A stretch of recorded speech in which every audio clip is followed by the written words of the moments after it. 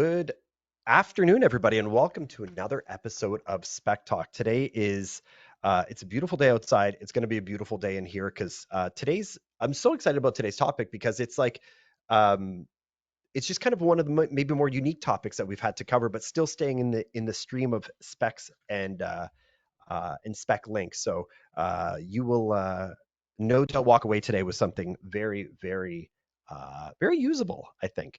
I'm going to go ahead and share my screen, and we're going to get started here now. Now, bear with me, everybody, because I always fumble my way through the screen share. So let's just be patient with me a little bit while we get this guy going, get this up and running, and there. Um, Excellent. We're off to a good start already. Again, welcome everybody to the Spec Talk, and welcome everybody to our Spec Talk community. Today, your hosts, as always, are myself, Dory, Azar, a senior strategic sales specialist here at RIB SpecLink. Joining me, as always, is the incomparable Alex Bear, strategic sales manager here at RIB SpecLink as well. I just want to draw your attention to the handout section of the GoToWebinar right now. We do have a download if you wanted to access a free trial of SpecLink, if you're not currently a user, and access the pre-recorded episodes that we've got that you can watch on demand. They're all available to you through the download today as well. Excuse me. Today's episode is called Smarter Specs, Better Buildings, and we are going to be covering a lot of really important topics today as it relates to building product manufacturers. But some of the points we're going to get through today are building trust the right way, talking about coordinating BIM and spec content, which I know there's a lot of interest in and around that topic as well. Automated spec generation, which I don't know about you, but that sounds really good to me, and merging manufacturer content as well. So without further ado, let me introduce today's guests. Justin Faltot is the Vice President of Strategic Sales at RIB Software, where he leads sales growth for strategic accounts across North America, including the company's flagship solutions, SpecLink and SpecLive. With over 15 years at RIB, Justin has held multiple sales and leadership roles, most recently overseeing the SpecLive sales team and building lasting partnerships with leading building product manufacturers. Outside of work, Justin enjoys traveling, exploring new cultures, and staying active, which is obvious if you ever met him, and spending time with his wife, Kathy, and their French bulldog, Gio. In today's episode, we're going to tap into Justin's deep experience working with manufacturers to learn how RIB engages with the industry's top BPMs. So welcome, Justin. Thank you, Dory. I'm real excited to be here with you guys today. Excellent. Joining us also with Justin is Matt Johnson, who's the Director of Manufacturing Solutions at RIB SpecLink, bringing with him over 35 years of experience in product management with a focus on products, built-in support, construction specifications. Matt, you don't even look 35 years old, let alone have 35 years experience, but this is excellent. All the filters. Matt has dedicated his efforts to advancing the capabilities of RIB platforms such as SpecLink and SpecLive, and extending the functionality of both platforms to include a new suite of solutions for building product manufacturers, enabling digital specification management and collaboration between specification reps. He previously had the role of CTO at MasterSpec and set up their original manufacturer program and technology stack. Matt is an avid Braves fan. Are we okay finishing the sentence here, Matt? Matt is an avid Braves fan, which means he's having a tough spring this year. That's right. Can I say that? Excellent. Well, you just did. Oh, I know. Sorry about that. It's how it's got to go. So we're going to start with a poll question today to get things kicked off. And the first question we are going to start with is, how much do you rely on your product reps? In the world of architecture, design, engineering, there's a lot to know and a lot of information that we need to rely on external sources for. So I know some people that have their product reps on speed dial, they're daily conversations, and maybe there's some that aren't relying on them so much. So I'm really excited to see these bars move and these numbers coming in. So the options today are not nearly enough. Maybe I should rely on them more from time to time, frequently. They're on speed dial and constantly. I couldn't do this without them. So let's go ahead. Oh, there's a couple more votes coming in here. Let's let them trickle in here so we get a good cross section of the good students today. All right, I think we're good there. So this is what we've got. It's pretty middle heavy. There's you can see it's spread out there, but the middle two from time to time and frequently are the most frequent ones today. So, all right, let's move forward with that and get to the conversation. So we're going to start off with some questions today, and I am going to pick on let's pick on Matt first. That'll get you going. Justin buys you a little bit of time. Matt, to kick things off, um, why is it so important for specifiers and manufacturers to be better connected in today's specification process? Well, to be honest, it's really a shift we've seen, at least over the last 5 to 6 years. It's obviously been going on a lot longer, but we're really seeing spec writers. They're just being asked to do more. You've got shrinking fees and deadlines and so forth, but more than anything else, there's just no way to keep up to date on everything that's going on. When you're talking about smart buildings and certainly on the engineering side and so forth, it's um, uh, there's just not enough time in the day to keep up to date with everything that's out there. So the product technology, we have a full staff of people that are reviewing and updating content. It's not nearly enough. I mean, we really have to see what we can do to kind of fill the gap by having a lot of these product reps kind of jumping in and helping. We just did a presentation the other day where we were talking about the gray tsunami in the fact that through the end of 2025, I think 25% of our workforce is going to retire. We're going to be up to 32% by 2028, and the average age in our industry is about 50 years old for architects, and we only have maybe one candidate for every two jobs. That's really a recipe for um, you know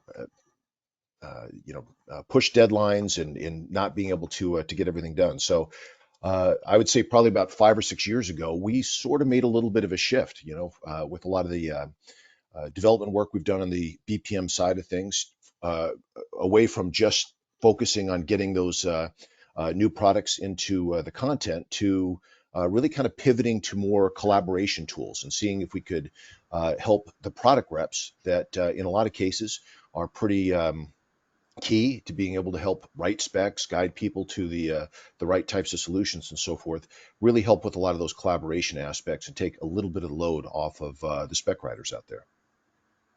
How would you say, just to build off that question a little bit, with Mhm. the experience that you bring into the table, how do you feel the change in products and technology accelerating over the years? What maybe the things that specifiers had to deal with 10 years ago is now 10% more, 50% more, because there's constantly new technologies evolving.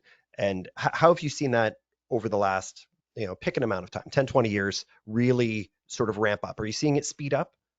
Oh, we certainly are. There's obviously going to be some areas like concrete and drywall that are pretty static, but there's a lot of new technology, certainly on the engineering side. But it does seem like it still takes just as long to bring a lot of these new products to market. People want to see a little bit of the history. They want to see how it performs over time.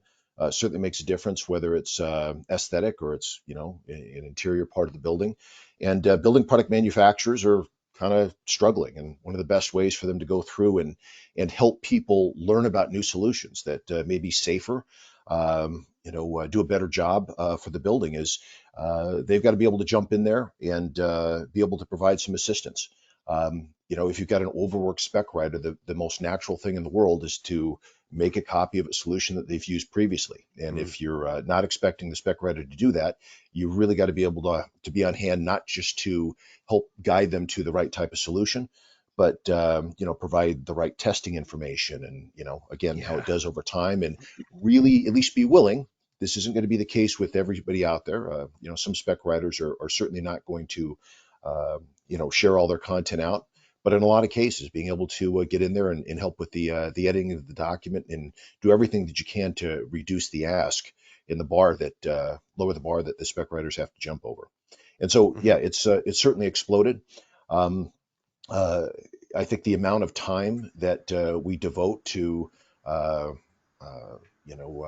getting those specs written, the size of the project has increased, but the fees and the amount of time devoted to writing specs really hasn't kept pace. And so they're certainly being asked to not only understand a lot more, but do a lot more work in a fairly static small window. I So can almost hear the viewers nodding their heads, like, yep, absolutely. yeah, yeah, lower fees, faster timelines, uh, more accuracy, more certainty, Mhm. go, you know. That's Justin, I'm exactly gonna, right. yeah, and if anybody, the comment section is open, guys. So if anybody's agreeing or disagreeing with that pace of technology, I'd love to hear your perspectives on how you're experiencing the evolution of products as they're moving forward. Justin, I probably should do this question at the end, but I'm going to hit you with this one right now. All right. The unique role that SpecLink plays in bringing specifiers and manufacturers together. Can you walk us through how specify how manufacturers get into SpecLink? Because there is some we do provide content within SpecLink, We do. manufacturers Yeah. content. So does anybody just show up with a new product and a big fat check and say, here, I want in? Or can you explain to the audience how we vet that process of who gets into SpecLink, who does it, and maybe some just some explanation and clarity around that? Yeah, no, it's a really important question, Dory. So, and I'm glad you asked. So, I mean, ultimately, there's a few different ways that I'll address this, and the first one being, we obviously have a team of content writers that are developing and maintaining content that goes into the RIB catalog, our non-proprietary agnostic guide spec, so to speak. And when we're developing a new section or a new category, our content writers are going out doing their own research and identifying manufacturers that are well known in that space, make a good performing product to meet all the requirements, and standards necessary to be incorporated. And ultimately, they're including some legacy manufacturers in a new section. Those are not manufacturers that have paid to be listed, but are well-known manufacturers that we believe would be considered value-added content and expected to be seen by our specifier subscribers. And outside of that, there are opportunities for manufacturers to either increase their visibility, come to us and want to be included where maybe they haven't been in the past. And there are several options afforded to them to incorporate their products into SpecLink. There is a vetting process that occurs when we are working with new manufacturers. And I think it might be helpful if I walk you through just maybe a sample section and show you a couple Absolutely. examples of that. So let me We let need, me share my we need screen. You tell let's me get some when you can. visuals going. Yeah. Yeah, let's get some visuals going here.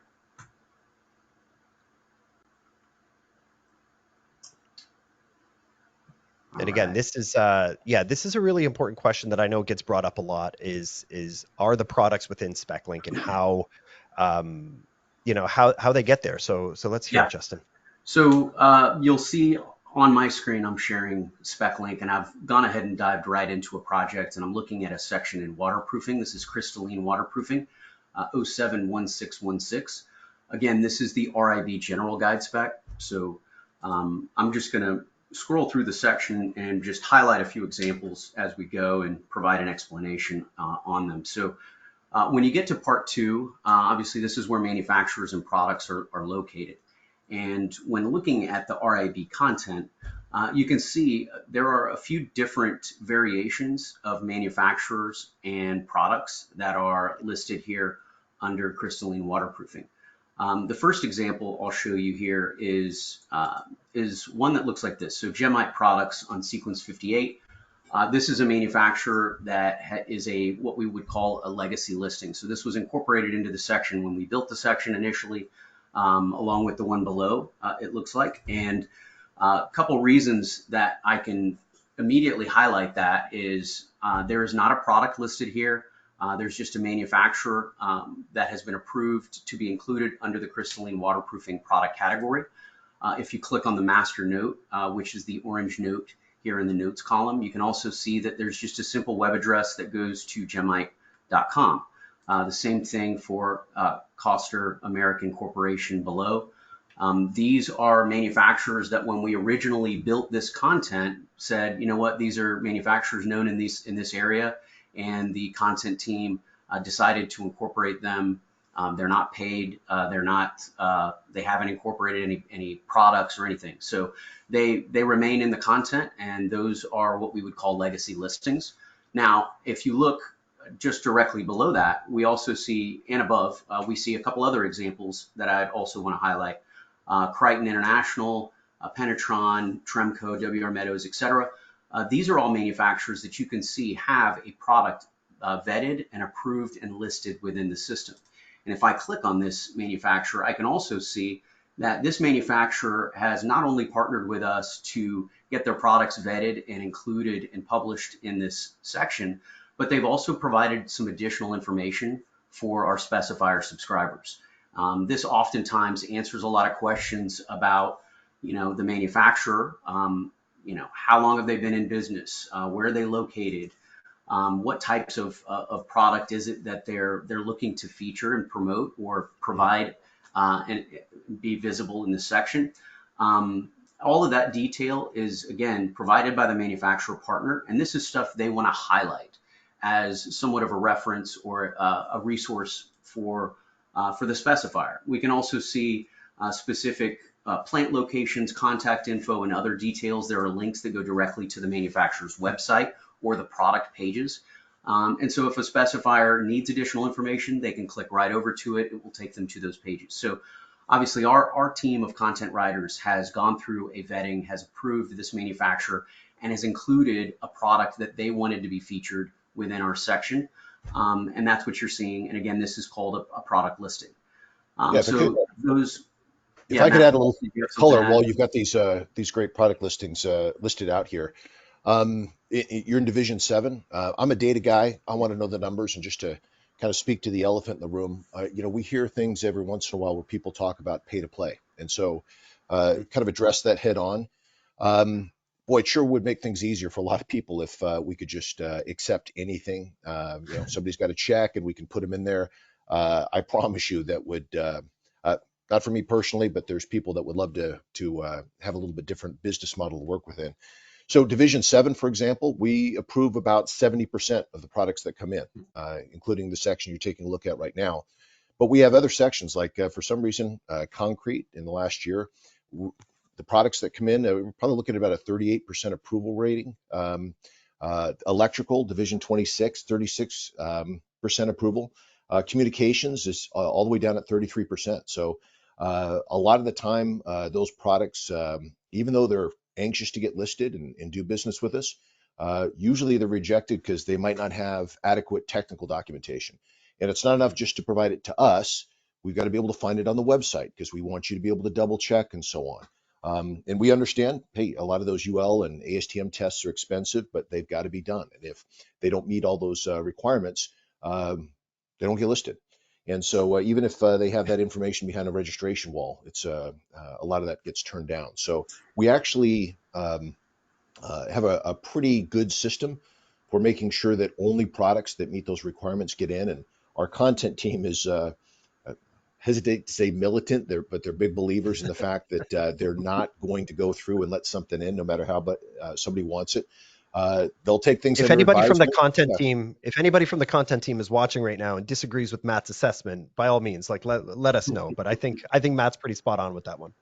Yeah, they do a good job, and we've got a good relationship that we built over the years, and we understand that people don't have time to research all of this themselves, and so they're pretty adamant about making sure that we don't let something in that doesn't meet those requirements, and then you can't trust anything. So.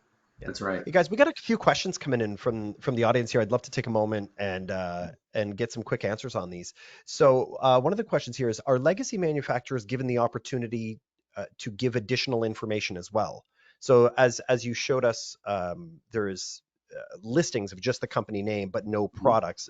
And the question came in, do they have the opportunity to add products?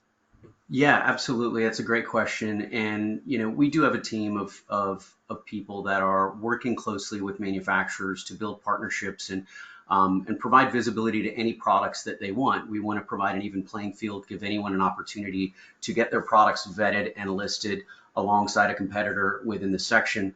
Of course, it has to go through our vetting process the same way, right? And they can certainly incorporate any products that have been vetted and approved into the system. They could be in a drop down, like you may see this one here for WR Meadows. If there are multiple products that are appropriate to fit into a section, they can go in here. But yes, if a non-paying or legacy manufacturer wants to incorporate some marketing information or a product, it is absolutely up to them to tell us what they want incorporated. They may find out about us, or we may be calling on them, and at some level they decide to partner with us. And it's ultimately about providing visibility to the products they want to promote, that they are looking to get specified, and our team is looking to provide content that meets the requirements that we have, meets the testing standards, and we will then go through the process of getting it incorporated into the system and published. Excellent. One more viewer question as it relates to that, and then I want to jump back into the questions here. But Tim's got a wonderful question that I'm really excited to know the answer for. Is there a process where your manufacturers alert you when they're no longer manufacture a product, or when they sell or merge their companies with another? How do we handle things being discontinued, or mergers, or bankruptcy, whatever the case is? It's a very good question, and it is something that I think is important for all of the for everyone that's on the call here and all of our subscribers to understand. So a couple different ways that can happen. One, any manufacturer that has partnered with us that has products in our system, they also have access to SpecLink. And the reason being is they may not necessarily use this as a specifier would, but they're going to use it to understand what they have in the system, what's visible to the specifier. Is it accurate? Is it up to date? Have some of these products sunsetted and new products need to be replaced and removed, or replaced and published in the system? Is the marketing information and contact details, is all of that up to date? So they are always reviewing their own content, and typically have somebody that owns that internally as a part of their marketing and sales team, for digital tools they've invested in to make it easier for specifiers to not only engage with their company but specify those products.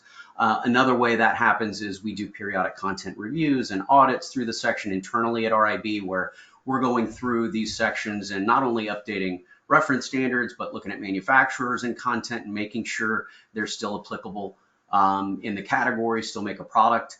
Now, that's not to say that, we don't miss something every now and then. And I think, a specifier subscriber here or there has maybe notified us to say, hey, you missed this guy here that doesn't make this, or this company was just bought or went out of business, or so on. But we do our very best, not only through our manufacturer partnerships, but also internally within the content team and across the organization, to make sure this content is up to date, has accurate manufacturers and products that are currently made and supported within SpecLink. Excellent. I hope that answers your question, Tim.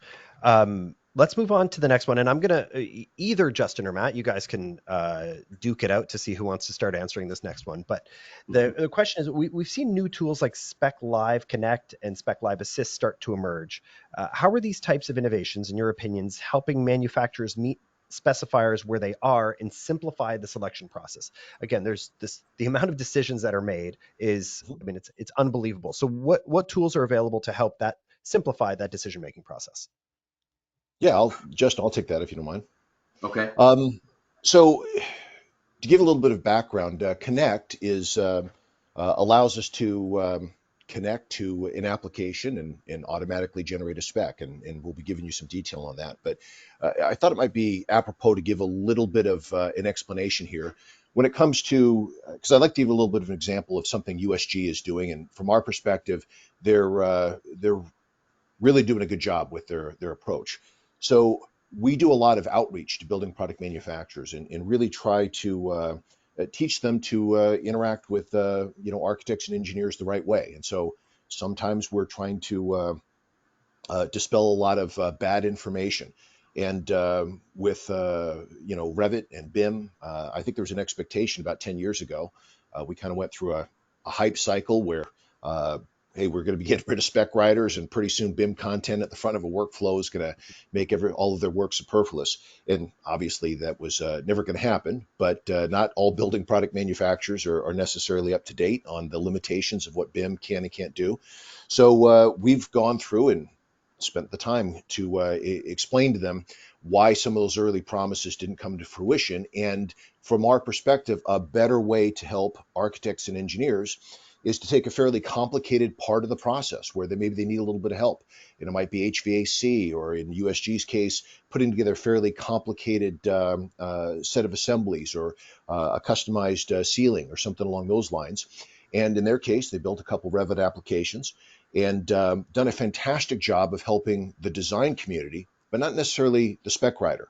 And they were finding that early on, these Revit plugins were very well received, but when it got a couple steps down the road and they handed a basket of problems to the spec writer and said, "Great, the owner is really excited about this new lobby ceiling." Spec writer invariably is like, "Well, I'm not going to get paid a lot extra to go through and research their products, and how am I going to put together some custom specifications?" So we've added the ability to deliver coordinated BIM and spec content, which kind of refer to as sort of a second generation attempt to influence product selection through BIM, as opposed to just posting objects. We deliver those coordinated specs usually within about 2 to 3 seconds. And USG just does a fantastic job with these applications. We had nothing to do with putting those Revit apps together. I've got an idea of the kind of investment they made to really help the design community. And I'd encourage you to check them out. I think one's called Assembly Builder and the other is called Techniques. But you can go ahead and put those together and get some fairly complex specs, over all the sections that they cover very, very quickly. Yeah, and Matt, if I can just Mhm. add to that for a Yeah, minute, I'm going to share my screen again because I think it might be helpful for people to understand Excellent. just an added layer of the explanation that Matt provided. In SpecLink, there are, and this comes back to the question previously, how can manufacturers engage with RIB to get content included here? And if I come over here to the sections catalog here and type in USG, you'll see there are a number of specifications that are labeled with the acronym USG. These are USG proprietary specifications. We developed them, in collaboration with USG, published them in our platform to provide options for specifiers to either use the RIB general agnostic guide spec, specify mhm. multiple manufacturers for whatever given product category, or if you really love the USG products, you can leverage the great content that was developed in these proprietary sections and build those specs within our platform. Well, the product or solution that Matt was explaining, SpecLive Connect, is ultimately a way to connect this content to an application outside of SpecLink. And in this case, it's referring to the Revit plugin or multiple Revit plugins for both ceiling and wall assemblies that USG has developed and made available to design professionals. So what that means ultimately is that if somebody is using those Revit plugins, as they go through and make selections on certain options and attributes, and they get to the point where they're going to download a digital asset, and ultimately an object, they can also generate the corresponding spec section by through SpecLive Connect, which is going to build the specification from the SpecLink content and deliver it back to that application or end user within a couple of seconds. And that specification will align perfectly with the design or BIM object that has been selected and pulled from the application. So really taking hours and hours of work out of the Yeah. process and delivering it right back to that end user by way of the Revit plugin, leveraging the technology that we have built and the solution for SpecLive Connect to do that. That's That's right. honestly what a time Wow. saver. We got a question that came in. I'd love to ask you guys. It's coming in from Blake, and he's curious to know: is it just Revit that these details are available for? It sounds like he's an ArchiCAD user and is curious to know if those details do they come in as like a. Do we know if it's a DWG format where they can maybe import it into various other drafting programs, or is it they're just 2D details if I'm not mistaken? So do we have any information if it's more than just Revit? I think it is just Revit from USG's perspective, but I probably have to take a look at the application. One of the things that it may not come across in kind of our quick explanation, but USG developed the approach, and really what we're doing is kind of meeting them where they're already working and so forth. And so Okay. they've chosen Revit, but I think there's probably other export formats. Colin at USG has just done a fantastic job over there. Yeah, Deserves a Colin's lot of great. credit. He's Yep. we've done some webinars with him, and man, very, very interactive. I'd really encourage people to go over there, and if they're not providing it in the right type of format, let them know, because they've had a lot of success Yeah. with the program. And it's worth mentioning that that backbone, the ability to connect to anything, is would allow us to connect to another type of design program like that. We're wiring up submittal builders. We've got performance calculators that are, you know, Yeah. we've got somebody Yeah. that is putting together the ability to layer a bunch of different layers of glass and see the performance calculations, and you automatically Wow. build a spec. We can connect it to absolutely anything. So Yeah. what we're maybe an answer for Blake here then would be Mhm. it is in this case the USG that is choosing the Revit export and maybe contacting their reps at the specific manufacturers to say, hey, like this would be great if you could export it. Because Mhm. Correct. knowing what I know, I mean, it shouldn't be that hard to export it as a different file. This just they've chosen one path. But if there's another simple parallel path they can take to broaden their reach, I don't see why Yeah. there'd be value in that for them for sure. Yeah, and if I Exactly. can add, Dory, I think, depending on the manufacturer, the type of product they make, how they go to market, is it a design focused tool? Is it, or a design focused product? Is it an engineering product that has some sort of Right. performance calculation that needs to go into it, or a glazing solution that needs to measure some sort of performance? Different manufacturers have invested in different digital tools to kind of help end users. And I think what we've built in our set of solutions under the SpecLive, suite is at RIB is a way to really extend the function of those applications and the value they provide to end users by building the content, the specification content related to the selection of those products. And it doesn't matter if it's a product configurator, a performance calculator, a product selector, a Revit plugin, any type of application that ultimately is going to get you to a point where you've delineated a certain product or product group of products that have been selected. We can generate the corresponding specification sections and Mhm. pre-configure that based on the set of options and attributes that have been selected in those applications. And within a few seconds, have that specification pre-configured and sent, or a series of specifications sent back to the end user. I mean, recognizing that there's a large portion of the market that isn't necessarily using SpecLink, where you get a lot of that functionality within our platform.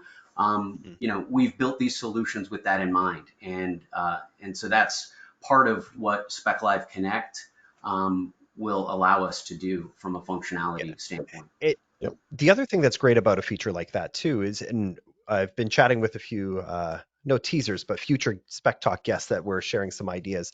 It's not just the speed that it's putting it out; it's also the reliable accuracy that with which it's doing it. So now you're not only are the details and specs being generated unbelievably fast within a matter of seconds, you can kind of rest assured that they're correct also. So it's not just a matter of getting it done quickly, it's getting it done quickly and correctly, which is That's right. the second leg on that whole animal is that, what good is it doing it fast if it's wrong? Mhm. And what good is it, so I think that's an unbelievable asset, and I would encourage everybody to check out what's available to them. Maybe there's people that didn't even realize that was available to them. So by all means, something worth checking out. I know, Matt, you said elephant in the room earlier. I'm gonna talk about the whatever's bigger than an elephant in the room right now is AI. So can we Yeah. let's chat about AI for a second, because there's a lot to talk about here, and everybody, AI this and AI that, and it's going to take over the industry. But how are we starting to see AI influence the way specifications are being created and how specifiers are interacting with manufacturer content? And I mean, it's so brand new, but how is it starting to take shape? Is there any sort of form that's starting to surface as AI sort of makes its way towards spec writing? Yeah, there is. I'm probably going to give an answer that people aren't expecting, which Oh, is a little bit of a curveball here, but All right, as I mentioned, we do some keeping it interesting. some outreach, and I actually work with building product manufacturers, and I take them through. Um, After we talk about BIM, we talk about AI. Everybody's wants to know when to jump, and we approach it from more of an investment standpoint. I think everybody remembers 10, 12 years ago, everything, BIM was going to change the world and so on. And there's a lot of companies that made a lot of big promises about, how that was going to work. And we've got to go through and weather a similar period with AI. So I actually take people through kind of the cognitive bias of call it kind of a Dunning-Kruger perspective, where there's new entrants and new technologies coming in. A lot of people make a lot of big promises that it's going to be all things to all people, and it's a critical part of the investment cycle. I mean, that's where we get companies that spend a lot of money, and 20 or 30 companies show up, and then one or two survivors usually deliver something once they've learned some hard lessons, some tools and capabilities that are a little bit more constrained once they've realized what is and isn't possible. So I can say definitively, I won't inflict the 90-minute presentation that this is pulled from on everybody here, but I can say definitively there is no pathway to creating kind of the general specifications out there, because that's always the top thing that people look at, and there's a lot of reasons for that. Um, uh, you know, the way large language models work, we see those examples in other areas, and everybody thinks, well, why can't it write specs? But I will say, without, again, there's really no way to answer that without going into a lot of detail. The people that I talk to behind the scenes, including our own technical team, nobody thinks that that's going to happen. We've gone through, and when ChatGPT kind of reached the tipping point, everybody had a little project going to see whether or not they could write a reasonable spec. And we're just not on a pathway to do anything along those lines. So I think we're kind of weathering a period where we're going through a little bit of AI whitewashing, just like greenwashing and so on, when we're looking at sustainability and so forth.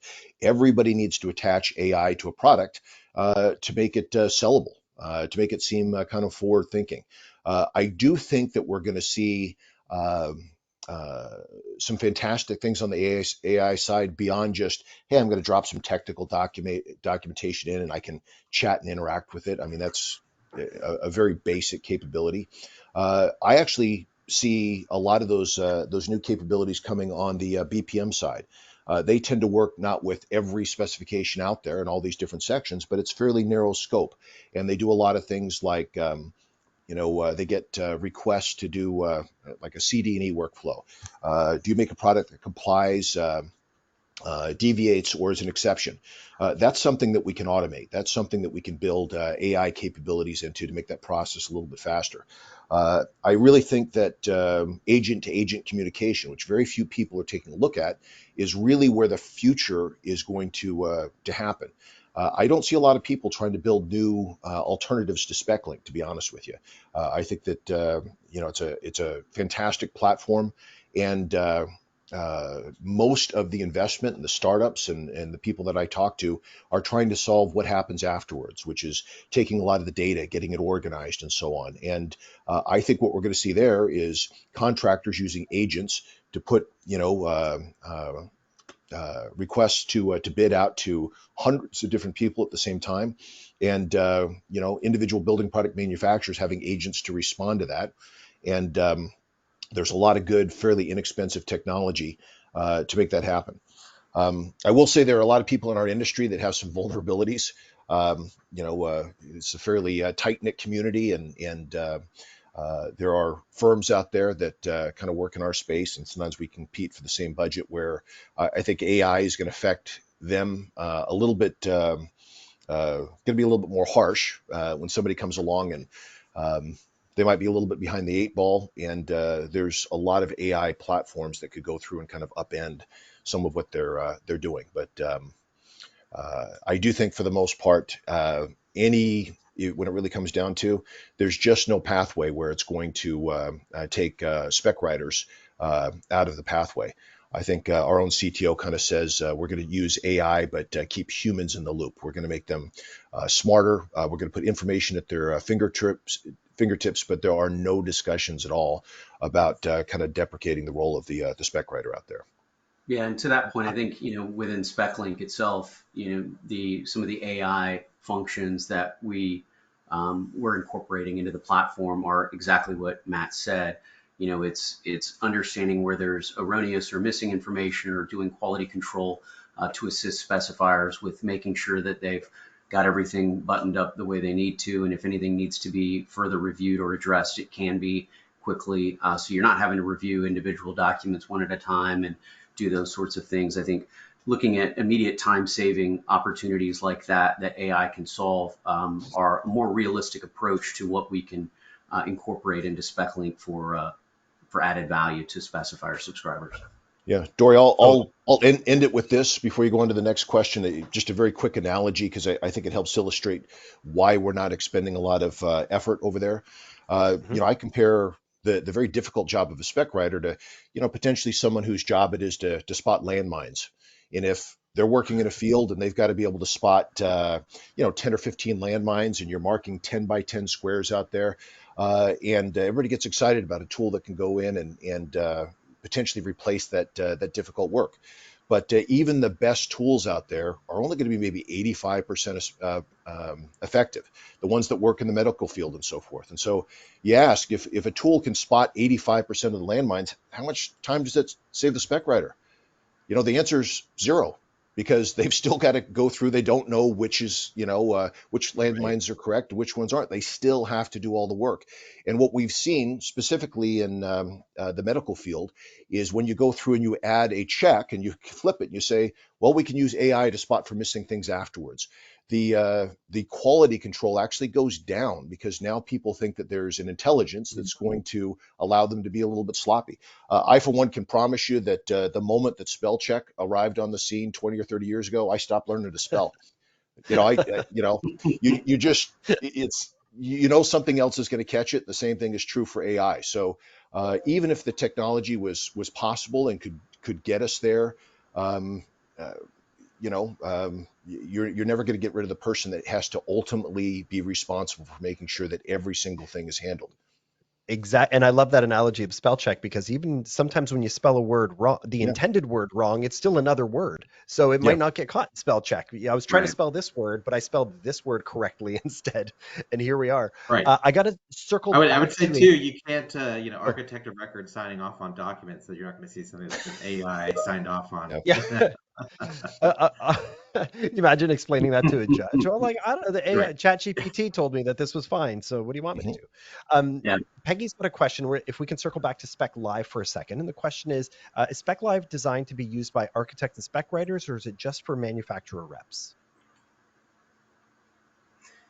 Yeah, so I'd be happy to take that one. So SpecLive ultimately is a suite of solutions that is provided to manufacturers. Those solutions are ultimately adding value to the end user specifier in a number of different ways, right? Whether it be through the content, that the accurate and updated product related or spec related content that's in SpecLink, or the content that's connected to outside of SpecLink for non-SpecLink subscribers. Any of those solutions are ultimately available with the mindset that these are adding value and assisting specifiers with completing the specification process in a more efficient and effective way, leveraging the tools and the technology that we provide the industry. Excellent. Thank you, Justin. Sure. I'm going to jump in right now, do another quick poll question. This is one that we like to ask every week. And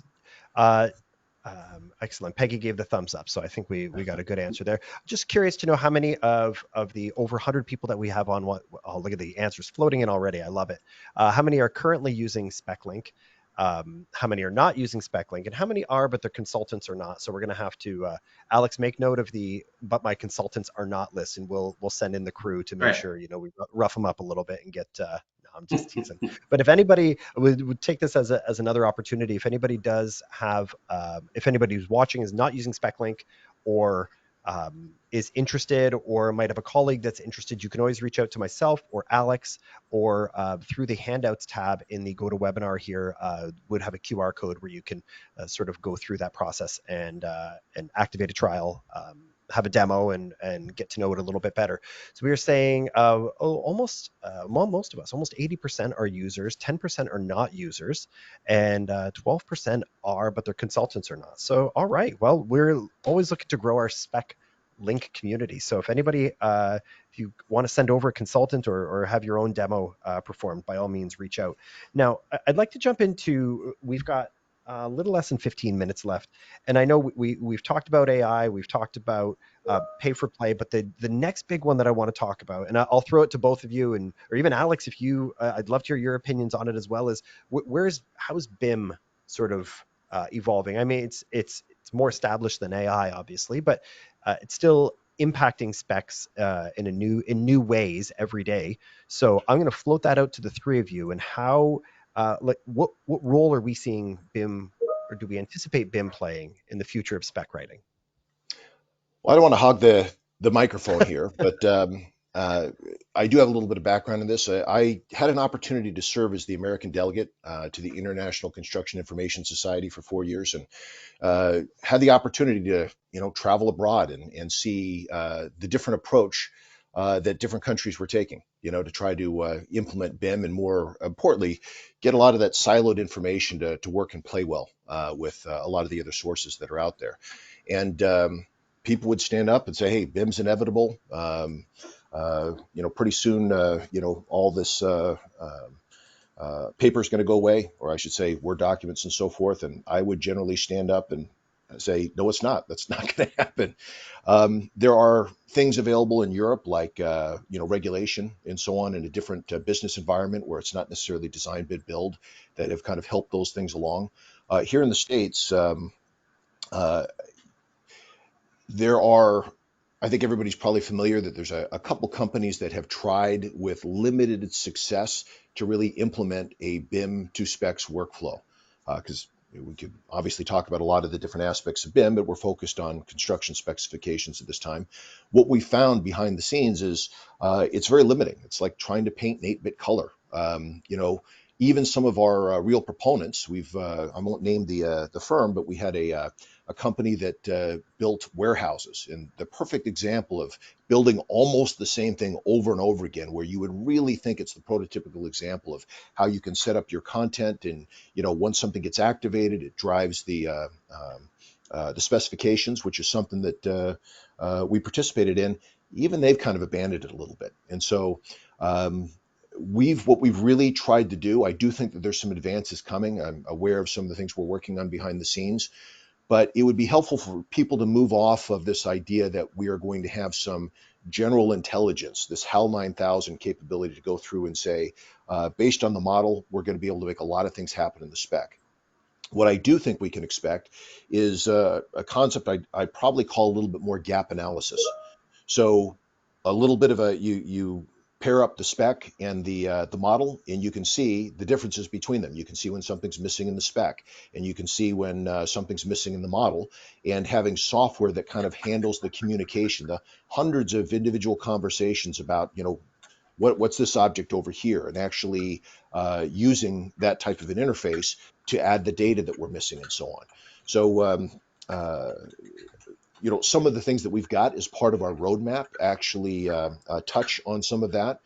And I don't think if you put a lot of spec writers in a room that they're going to want the model automatically making specs happen anyway. I think, you kind of compare it to a tennis court. Everybody has to stay on their side of the net. You want to know which side of the net the ball is on for each individual issue, and make it as easy as possible. I want to know, what's missing in my spec when I look at the model. But it's probably going to involve a human going through and kind of filling in a lot of those issues. So again, it's keeping humans in the loop, trying to eliminate 95% of the friction to make it fairly easy to make those two sets of information work together. We're making some progress on that, but the full spec automation, it's not going to happen. I'm 100% confident that there are no companies behind the scenes that are investing in that, making it happen. I think they're well informed enough to know that that's, I won't say a little bit of a dead dream, but it's unlikely to come to fruition. But the gap analysis between those two, I think, is very tactile and very achievable, and something that hopefully we'll be able to bring to the market before too awfully long. Dead silence. All right. No, I want to play tennis now. There you go. I'm just reading a couple of the comments that are coming through here, and I want to make sure because we're down to 10 minutes. We got a comment asking if we could demonstrate SpecLive, and I didn't know if we had time for that or if how long that would take to give somebody a taste of it. I think Maybe we can. There's connect or assist. yeah, So we I can think we do, could certainly do connect or assist, Justin. Not yep. yeah. Yeah, connect or assist for sure. And I'll maybe give you 3 minutes to do it, 4 minutes to do it. Oh, under the Tons gun. of All time. right. You could probably do it twice. Well, we're just wrapping up. I'd like to be respectful of everyone's time, but we still have really good engagement here, and still over 100 people hanging around with us. Great. Mainly to listen to Matt talk about AI and BIM. I mean, this has been some amazing info that we've been getting today. So if that's something you can pull up, Matt, and maybe share with the group. Yeah. Can you see I that can right see there? it. Yep. Mhm. Good deal. So this is a little bit of a recording of USG's Revit add-in, and this is their assembly builder, and it's set up in such a way that it does a fantastic job of going through and recommending the right type of an assembly for individual projects and so forth, and then it downloads a set of assets that include cross sections and a lot of information that you can use outside of BIM. It's not just the model itself. But that data also includes customized specifications. And so it allows us to go through and deliver that coordinated spec. It's a little bit of a white label approach where you're going through and, we can deliver that up to pretty much anything. And in the interest of maximizing that 3 minutes, I'll actually jump in and show It's you 2 one minutes more now. here. Two Down to 2 minutes. minutes. All right. I am heavily caffeinated. I can make this work. All right. So this is a example. Let's see here of a product configurator. We're working with ASI, and they didn't have a Revit plugin. What works great for them is they already got a fantastic website, a lot of great detail on there. So we have a product configurator that's just a little code that they add to every single page, and you can go along, grab the products that you think you would use for your individual project, and at the end, you go through and it says, well, I need you to configure this and that, and get those details, and then very quickly it'll put together a completely custom specification. Is a kind of a third option. I'm actually going to get through 3 of these. It's 1.5 your 3 minutes. minutes. Spend it how you want. Good deal. So Schneider Electric has really been instrumental in a tool that we're using to help spec reps interact with architects, and in this case consulting engineers. So if somebody sends in some word-based specs and, hey, can you add these products, can you update my standards and so forth, they had quite literally hundreds of different reps working from different documents. They're all out of date and not necessarily coordinated. So we use a single source of truth. They can upload the word-based documents on the right-hand side of the screen. They can cut and paste the copy in. And what's fantastic about it is everybody's aware SpecLink has radio buttons and check boxes. But as you drag and drop from the left to the right, it changes it into bracketed text. And it always used to drive me crazy that you had to fight Microsoft anytime you did a cut and paste. So we preserve the formatting. We make sure that you're not going through and destroying the document and creating extra problems for the user there. So it allows them to ask for help if they're doing some value engineering, if they're going through and they need some assistance. This is the avenue where they can go through and reach out to their individual rep and get help anytime that they need it. They can save it in Word, and they can invite other people. So if you want to interact or use a tool like this, Dormer is using it, Honeywell, and Schneider is just done a fantastic job of really helping us round out this capability. So it's a good example of, hey, it is SpecLive. It is done through the manufacturers, but you kind of have to work with the manufacturers to really make use of the tool. But they all have kind of an active development schedule, and there's just going to be some fantastic new capabilities that you'll hopefully be benefiting from in the future.